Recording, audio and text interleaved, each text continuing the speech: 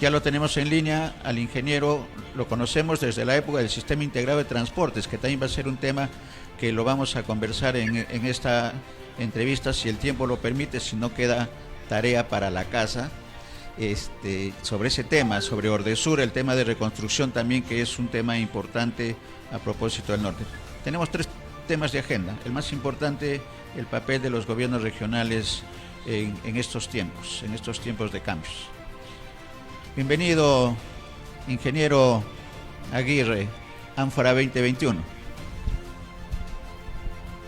Muchas gracias, estimado Néstor. Y bueno, pues primero saludar a todo el pueblo de Arequipa por el aniversario que se ha celebrado el día de ayer, y entiendo que se ha extendido hasta el día de hoy porque han declarado feriado no laborable en todo Arequipa.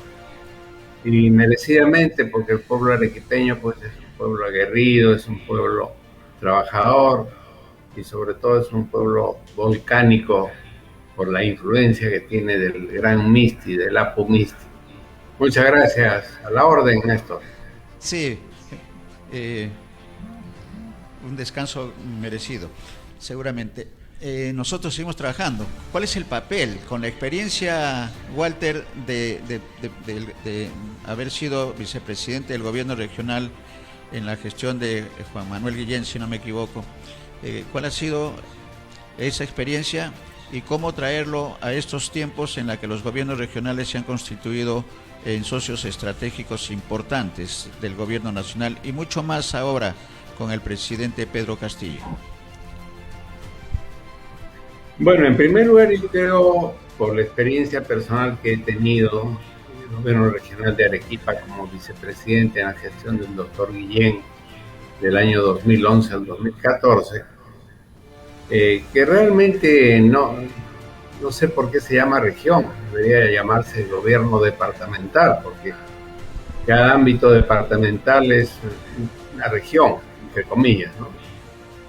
Y digo esto porque realmente hay, bueno, muchas cosas que se pueden hacer a nivel departamental, pero hay muchas cosas, y eso fue el espíritu de la ley de descentralización y regionalización, ya que yo también tuve la oportunidad de trabajar como consultor del Consejo Nacional de Descentralización, y el espíritu era conformar regiones, ¿no? Que regiones que tuvieran que ver con el tema de los recursos hídricos, el tema vial, los grandes megaproyectos, ¿no? Por ejemplo, por citar alguno, el proyecto Pasto Grande, que se ha hecho Moquegua, pero usa aguas de las cuencas de Puno, o el proyecto Majes Iguas 2, que va a tener la necesidad de captar aguas del departamento del Cusco para irrigar las pampas de Siguas. Y bueno, eso genera pues ciertas dicotomías, problemas y enfrentamientos entre departamentos, tanto a nivel de autoridades como de la propia población. Sin embargo, no sé, yo creo que después de las declaraciones que ha hecho el presidente Castillo, del encuentro que tuvo con los presidentes regionales, entiendo, en Puno, donde ha señalado él claramente que va a haber una descentralización de muchos órganos que él considera deberían estar en manos de los gobiernos regionales. Por ejemplo, en el tema de provías descentralizado, dice que lo va a transferir a los gobiernos regionales. En el caso de agricultura, todas las OPDs, incluyendo la Autoridad Nacional del Agua, que ya eso es un poco preocupante, porque ese es un tema de conflicto casi que hay permanentemente, pero todo eso me imagino que se va a aplicar de manera paulatina y en la medida que se vea realmente que va a haber una mejor gestión, porque el objetivo del presidente Castillo, como fue identificado, es que se tiene que mejorar la gestión, y en ese mejoramiento de la gestión está acercar la toma de decisiones respecto al manejo de los recursos, agua, tierra, clima, etcétera, a la población que realmente está pues, comprometida en esta situación del cambio climático. Entonces, es una buena señal, muy buena señal que el presidente haya dicho esto, pero obviamente hay que analizar esto, la viabilidad técnica, económica, financiera, porque yo no creo, sinceramente, conozco también, por haber estado en la región Arequipa, conozco las fortalezas y las debilidades que atraviesan las diferentes direcciones regionales, ¿no? Como la Dirección Regional de Agricultura, la Dirección Regional de Transportes, etcétera, etcétera, etcétera, etcétera. Y en muchos casos, como el tema de salud, por ejemplo, o educación, los gobiernos regionales en realidad son simples administradores de los recursos que reciben del Ministerio de Salud o del Ministerio de Educación. O sea, no tienen el margen necesario como para, por ejemplo, desarrollar una política educativa propia acorde con el medio donde se desarrolla. Y bueno, el tema de salud, la cosa ha sido un poco más preocupante con esto de la pandemia, porque realmente los lugares donde se ha podido tener mayor éxito en el control de contagiados y muertes, por supuesto, ha sido porque los gobiernos regionales, a veces entrando en contradicción con el propio Ministerio de Salud, ha implementado medidas que a veces han dado muy buenos resultados, como el caso de Moquegua y Madre de Dios, ¿no? Correcto. Y lo que ha señalado el presidente, tanto en su mensaje presidencial y hace poco el presidente del Consejo de Ministros, Walter, han señalado la intención de que esta departamentalización, como bien precisas, se tiene que convertir realmente en una regionalización. Vamos a esperar estos 5 años si es posible cumplir con este propósito. Pero en este momento, ¿cuán importante es la participación de los gobernadores en el gobierno nacional? Sobre todo un gobierno nacional que tiene una oposición en el Congreso y también una oposición mediática que no lo deja trabajar. A 20 días ya están pidiendo algunas observaciones a ministros y todo lo que significa inestabilidad. ¿Qué importancia le da Duarte a los gobiernos, a los gobernadores regionales y sus gobiernos respectivos en el fortalecimiento del Ejecutivo de nuestro país? Bueno, en primer lugar, yo a nivel personal, te soy sincero, estamos en una etapa un poco complicada, porque no nos olvidemos que de acuerdo al calendario electoral, el próximo año se van a elegir nuevos alcaldes, nuevos gobernadores regionales, con los consejos regionales, etcétera, etcétera. O sea, va a haber un cambio total de personajes o autoridades, digámoslo así. Entonces yo creo que convendría, tomando en cuenta las palabras del presidente Castillo, ver si además se podría alinear la elección del periodo de 4 años a 5 años, y que sea un solo proceso electoral donde se elijan, como en otros países del mundo, los alcaldes, los gobernadores, los congresistas y también obviamente el presidente y vicepresidentes de la República. Entonces ya había un poco más de sintonía en el tema temporal, porque realmente que haya unas elecciones al año siguiente, cuando recién está de entrada este gobierno, el presidente Castillo, es un poco más dificultoso. Pero igual, el próximo año ya van a llevarse a cabo las elecciones regionales, si no me equivoco, en octubre del próximo año. Sí. Y a partir del 2023 ya tendremos nuevas autoridades regionales, nuevos alcaldes, provinciales, distritales, que al final de cuentas son los que están en contacto directo con la población. Entonces, yo creo que hay que pensar bien este tema. Excelente. Pero obviamente ya ha dado unas señales claras del empoderamiento que está dispuesto el gobierno central de hacer de los gobiernos regionales actuales. Eso será un proceso paulatino, me imagino, porque no es fácil transferir a los gobiernos regionales, por ejemplo, los proyectos especiales o la Autoridad Nacional del Agua, una autoridad nacional que tiene que mediar los conflictos que se generan por el manejo del agua, porque realmente hay conflictos. Ya lo señalé, el caso de Moquegua con Puno, Cusco con Arequipa y así. Y si vamos más arriba, Ica con Huancavelica, que están permanentemente enfrentadas por las aguas de las lagunas que tiene Huancavelica en la parte alta de la cabecera. Entonces, hay que pensarlo, pero bien, analizar bien lo más conveniente para el país y en sintonía, obviamente, con esa política desconcentradora y descentralizadora que quiere implementar el presidente Castillo.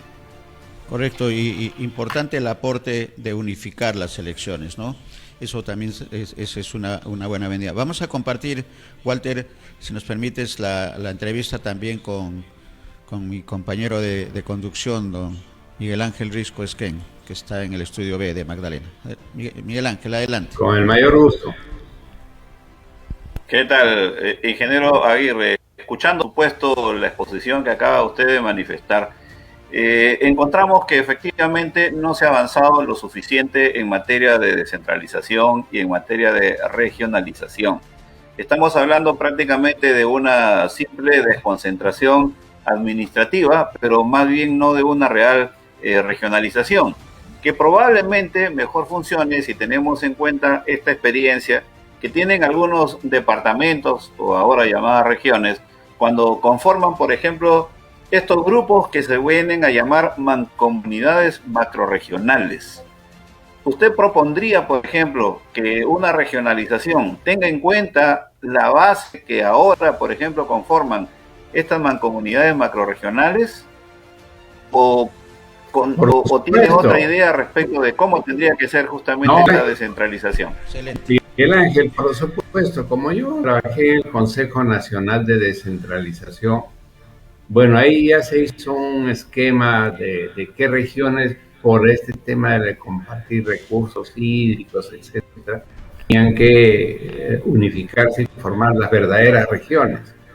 Y les cito un caso muy concreto. En el tema de la Administración Nacional del Agua, tienen los organismos que se llaman las autoridades autónomas de agua. Y en el caso específico del sur, es la AAA Ocoña Caplina, que cubre los departamentos de Arequipa, Moquegua y Tacna.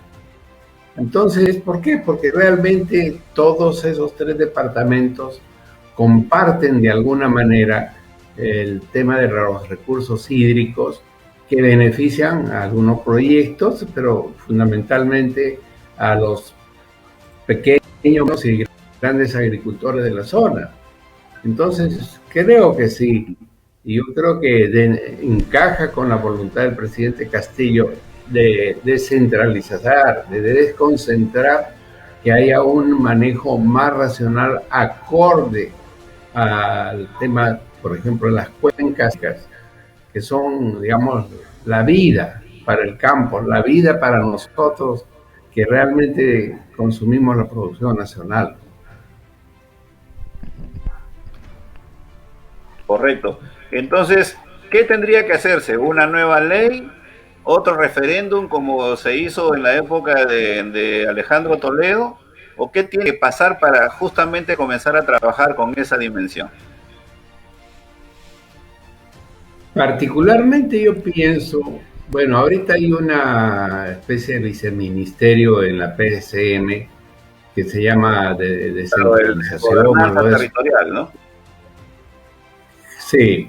Entonces yo creo que se debería repotenciar y aprovechar los estudios que se hicieron en el CND durante 10 años con muchos especialistas que aportaron todo su talento para diseñar deberían ser las regiones.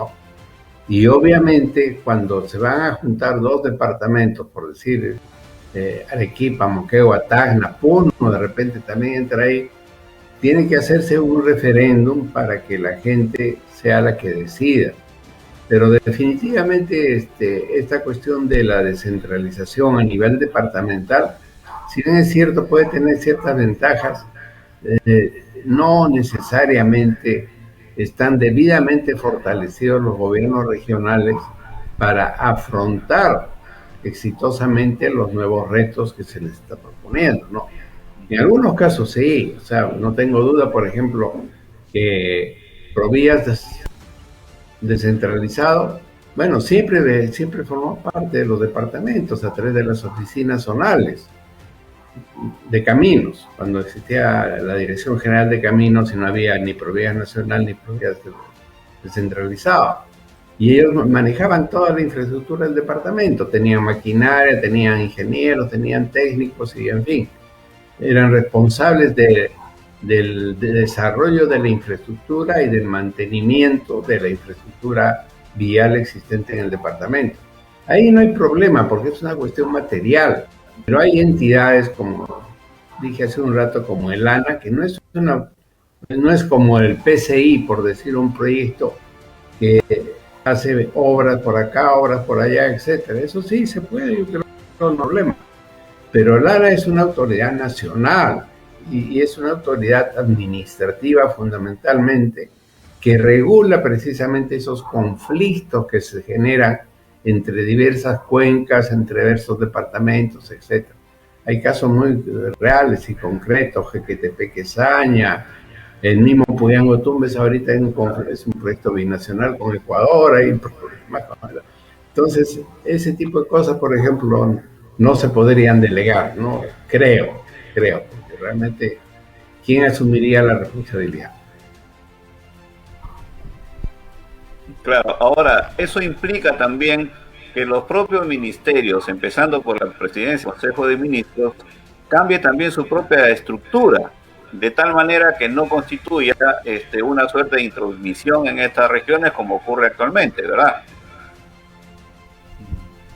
Obviamente, ya pues, pero ya si el presidente Castillo ya dio las pautas de lo que él espera que sea el manejo de la gestión que él encabeza, en buena hora tienen que alinearse, no solamente la PCM, sino todos los ministerios, ¿no? Y hacer lo que es un análisis de viabilidad técnica, económica, social, ambiental y tomar decisiones correctas, ¿no? Walter, ¿Realmente voluntad política para hacerlo o es un anuncio político de coyuntura? Mira, yo lo que pienso es que el profesor Castillo es una persona, un maestro rural que ha estado metido en política y realmente él tiene una visión clara de lo que él espera que sea un país más descentralizado, menos concentrado y acercar la gestión al pueblo, que eso es lo que se trata, de que el pueblo participe desde los municipios distritales, que es, digamos, lo más elemental, hasta los municipios provinciales, los gobiernos regionales. Y eso tiene que ajustarse, por ejemplo, en el Ministerio de Agricultura, con lo que son las agencias agrarias, que están repartidas por todo el país y que, bueno, ahora las manejan los gobiernos regionales, pero no tienen los recursos ni siquiera para comprar un vehículo para que los agentes de las agencias agrarias hagan una extensión, capacitación, asistencia técnica, etcétera, ¿no? Entonces hay mucho divorcio entre la realidad y la gestión, entre la gente y la gestión. Entonces yo creo que este mensaje que ha dado tiene ese sentido. Y bueno, hay que alinearse en ese pensamiento. Si queremos, los que hemos apoyado al presidente Castillo, que logre los objetivos de su gestión. Lo importante es que hay una visión, ¿no?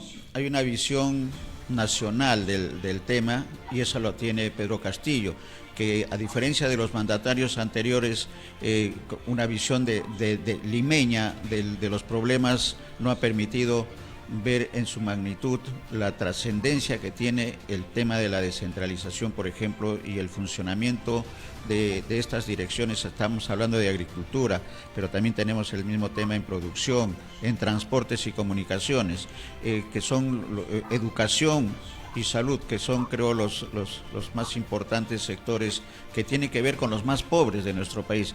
Y es importante esta visión no limeña de los problemas, que también la estamos conversando contigo, Walter, para entrar a otro tema, si nos permiten, de analizar la situación del transporte público. Hay una experiencia de don Walter Aguirre con el Sistema Integrado de Transportes en Arequipa, que tuve la oportunidad de estar también presente en ese proyecto. Pero ¿qué tanto se ha avanzado a nivel nacional, Walter, en el tema de los sistemas integrados de transportes, teniendo como experiencia Lima, que no cubre ni el 20% de las necesidades de los usuarios del servicio? ¿Cuáles son las medidas? ¿Qué se tienen que hacer con la experiencia del sistema integrado de Arequipa? Gracias, Néstor. Como tú sabes, yo fui convocado por el exalcalde Simón Balbuena para ocuparme de la gerencia de transporte urbano y circulación vial de la Municipalidad Provincial de Arequipa. Y bueno, cuando llegué, había un caos pues absoluto en tema de transporte público. Habían cerca de 4.000 combis, esas antiguas además, que contaminaban. Hemos llegado a ser la ciudad más contaminada de Sudamérica, Arequipa, con los índices más altos. Y eso era hasta percibible cuando uno llegaba en avión, veía como una nube flotaba ahí, sobre todo Arequipa, y eso era contaminación. Y básicamente contaminación vehicular, ¿no? Por la antigüedad de los vehículos, etcétera, etcétera, etcétera. En esa época, yo recuerdo, no sé si me equivoco, habían 233 rutas de transporte, de combis, básicamente.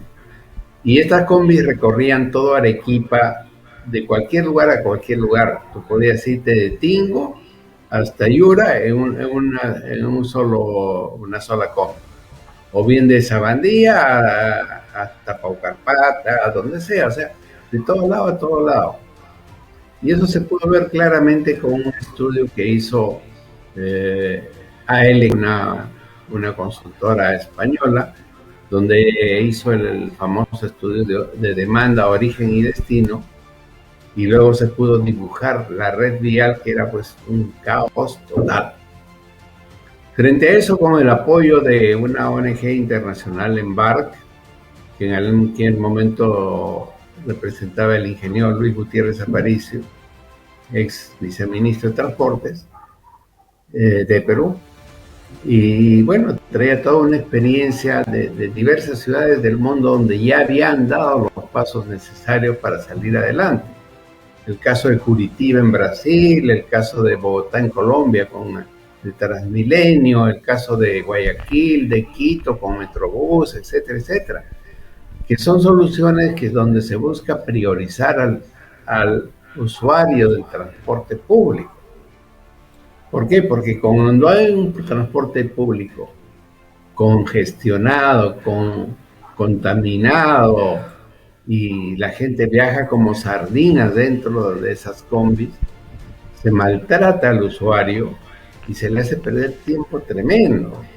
Nosotros, digamos, en el estudio ya era un promedio de 2 horas diarias que perdían los usuarios del transporte público.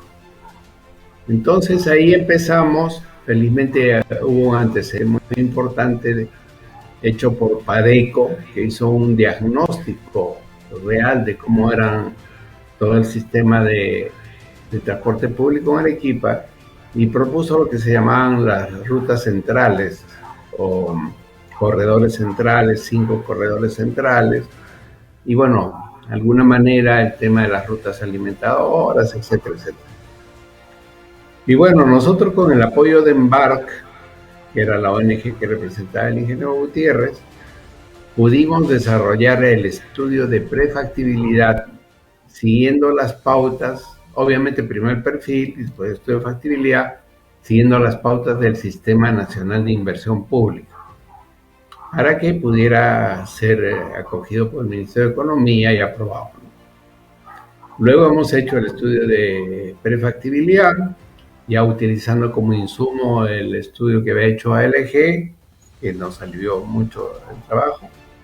Y finalmente, el estudio de factibilidad que logramos, el que habla junto con el alcalde Balbuena, gestionar un apoyo de la Corporación Andina de Fomento para hacer un estudio de factibilidad, pero no hecho pues por gente que no conoce, Hemos traído a los mejores ingenieros que habían trabajado en Curitiba para el diseño de cómo iba a ser, por dónde iba a ser el corredor. Han venido ingenieros de Colombia, ingenieros de Ecuador, de Estados Unidos, en fin, un gran equipo que logramos hacer un estudio de factibilidad incuestionable desde un punto de vista técnico, desde un punto de vista económico, financiero, etc. Que consiste básicamente en que se reducían las 233 rutas a 79 rutas. 2 rutas troncales que eran las que recorrían Arequipa desde el cono norte hasta el cono sur, prácticamente 23 kilómetros, si no recuerdo mal. Eran dos alternativas que había, una que era la de la calle Bolívar Sucre, y el retorno era por la calle San Juan de Dios, Jerusalén, que es la misma calle, y que ahora ya está sirviendo, solo me parece una de las líneas troncales. Y otra que era la Avenida Independencia, ¿no? Y bueno, el asunto es que se ha ido avanzando a tropezones, como se dice, ¿no? Porque cuando dejó la gestión el señor Balbuena y yo, obviamente, gerencia de transportes, dejamos ya el estudio de factibilidad aprobado por el Sistema Nacional de Inversión Pública y aprobado por el Consejo Municipal mediante una ordenanza que aprobaba no solamente eso, sino un nuevo plan de rutas, aprobaba además el órgano que tenía que manejar, que era Transporte. Entiendo que recién se está en proceso de crearse, ¿no? Pero ya cuánto tiempo ha pasado, pues más de 10 años, ¿no? Entonces, pero bueno, la cosa es que se está avanzando, hay 79 rutas, el plan es reducir la flota de los 4.500 que hay actualmente a 1.800 buses modernos, nuevos, de mayor capacidad. Y además estos serían 2 corredores centrales, 42 rutas alimentadoras y 35 rutas estructurantes. Y eso permitiría que la gente pueda viajar con un solo pasaje, pero se va a manejar electrónicamente con tarjetas. Durante 45 minutos pueda movilizarse, ya sea en las rutas troncales o las alimentadoras, o de repente las estructurantes. Y por un precio que cubre los costos de servicio, de mantenimiento y todo de la flota, que tampoco se va como ahora que cada come y cobra lo que quiere. Se han constituido lo que se llaman las unidades de negocios, teniendo en cuenta que hay rutas que son pues más rentables que otras. Entonces, ¿por qué te vas a llevar tú la carne y me dejas el hueso? Entonces hay 12 unidades de negocio que han sido concesionadas, entiendo, y que ya están conformándose, están buscando financiamiento para modernizar la flota, etcétera, etcétera, etcétera. Con esto vamos a hacer que el pasajero que antes se movilizaba aproximadamente en 2 horas por medio entre ida y vuelta a su trabajo, a su casa, este tiempo se reduzca prácticamente a la mitad, a menos de 1 hora. Y además viajando cómodamente, seguramente, sin tanta dificultad como las sardinas que hasta ahora mantienen algunas unidades de transporte. Eso es, yo creo, felizmente el actual alcalde Omar Candia ha retomado el asunto con cierta vigor, por eso es que en su gestión ha acondicionado la avenida Jerusalén-San Juan de Dios para que sea uno de los corredores centrales que se complementaría con el de Bolívar Sucre, que todavía no está en operación, pero ya lo dejamos en la gestión de Balbuena listo para que circularan ahí los buses, o sea, ya preparado para que incluso se construyan los paraderos, etcétera, etcétera. Ya me imagino, ojalá que el alcalde Candia termine esta cuestión, y si no, la nueva gestión ya tendrá que terminarlo, ¿no? Pero ya está en esa ruta, en ese camino. Ahora, entiendo que Lima también está haciendo lo mismo, pero no sé cuáles son los resultados. Sí, ahí eso es un problema mucho mayor. Miguel Ángel, ¿alguna pregunta para Walter? Sí, finalmente, ¿cómo cree que están actuando en este momento los gobernadores regionales cuando prácticamente le está ya poco menos de un año y medio para dejar los cargos? ¿Cómo están dejando las regiones y sobre todo de cara a una realidad que nos golpea a todos los peruanos, que es este tema de la corrupción? ¿Cómo ve usted la gestión? ¿Cómo juzgaría? ¿Cómo calificaría? Y en todo caso, ¿qué propone para que sean más eficientes mientras se produce este cambio? Mira, yo pienso que lamentablemente, no digo lamentablemente, pero la gente cuando va a elegir no toma en cuenta aspectos fundamentales como la capacidad, la experiencia y sobre todo el equipo técnico que rodea. Es como cuando tú eres entrenador de un equipo de fútbol que disputa el campeonato. ¿Qué es lo que haces? Te buscas los mejores jugadores. Y entonces eso te asegura que vas a tener una gestión más o menos exitosa, no digo totalmente exitosa. Pero lo que hemos visto que ha ocurrido en estos últimos 10 años, después que terminó la gestión del doctor Guillén, es que realmente no se ha actuado de esa manera. En cuanto al tema de la corrupción, no puedo comentar nada porque yo no soy investigador, no he estado en Contraloría, ya hay los órganos correspondientes que están haciendo las acusaciones, etc. Pero particularmente yo, como no soy arequipeño, pero vivo ya 15 años en Arequipa, mi madre es arequipeña, mi abuela arequipeña, y amo Arequipa. Pero esta gestión del gobernador regional no deja nada bueno que desear. Hay un divorcio total con el Consejo Regional de Arequipa, no una política clara en ninguno de los aspectos, ni siquiera el aspecto vial, ni el aspecto educativo, ni en el aspecto de salud. Por ejemplo, en el tema del control de la pandemia no ha sido clara la posición del gobernador regional actual, ¿no? Entonces, no sé, le deseo suerte en el tiempo que le queda y que haga algo útil para la población de Arequipa, ¿no? Muy bien, Perfecto, muchas gracias. El tiempo nos ha ganado, Walter. Está quedando en agenda continuar con el tema del transporte, por la experiencia de Lima, que hay un proyecto de 45 kilómetros que se llama Panamericana, que lo vamos a conversar en la próxima, que el tiempo lo permita, Walter, que va desde la Panamericana Norte con la unión de la vía de evitamiento y la Panamericana Sur, 45 kilómetros, que nos parece interesante para conversar sobre ese tema. Y el otro tema, y no necesariamente de la corrupción, es el tema de la reconstrucción. La reconstrucción en el norte, que también es un desastre, no se ha avanzado nada, y el tema de la corrupción es que la plata ha desaparecido y no hay obras concluidas.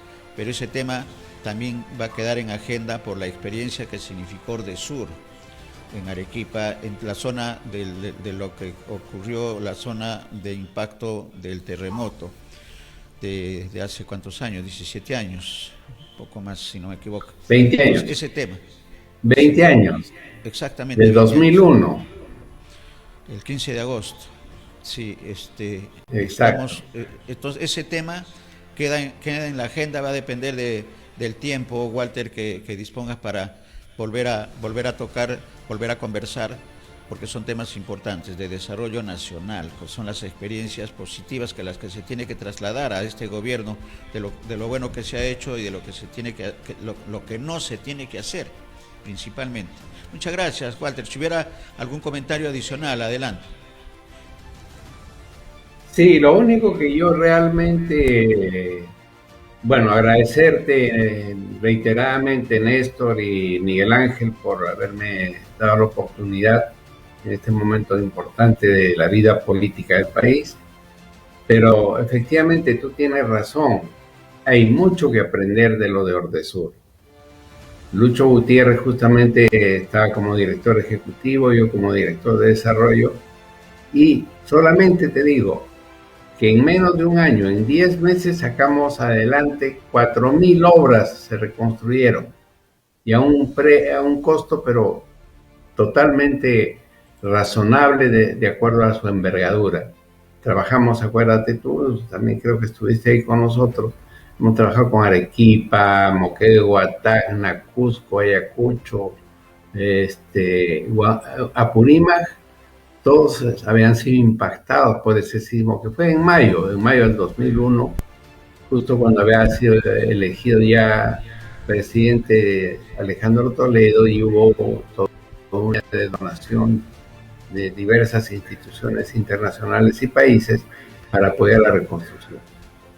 Creo que fue una experiencia muy, muy, muy grande, eso consta en los informes que se han hecho al terminar. Y lo vamos a tocar bueno, en detalle. Muchas gracias, Walter, por esta primera oportunidad, y estamos coordinando el segundo encuentro. Un comentario de nuestros televidentes. Arnaldo Uribe Enríquez dice: el ingeniero Walter Aguirre, muy conocido por sus conocimientos en todos los aspectos inherentes a la agricultura. Ese tema de la agricultura también lo vamos a conversar, Walter, si nos permites, en la próxima entrevista, para hablar sobre todo de algo que ha quedado en producción de la Autoridad Nacional del ANA, que es tan importante que el mismo ministerio. Y ese es un tema que compete a un gran número de peruanos que se dedican a la agricultura, sobre todo a la agricultura inmediata que llega a las mesas de todos los peruanos. Muchas gracias, Walter.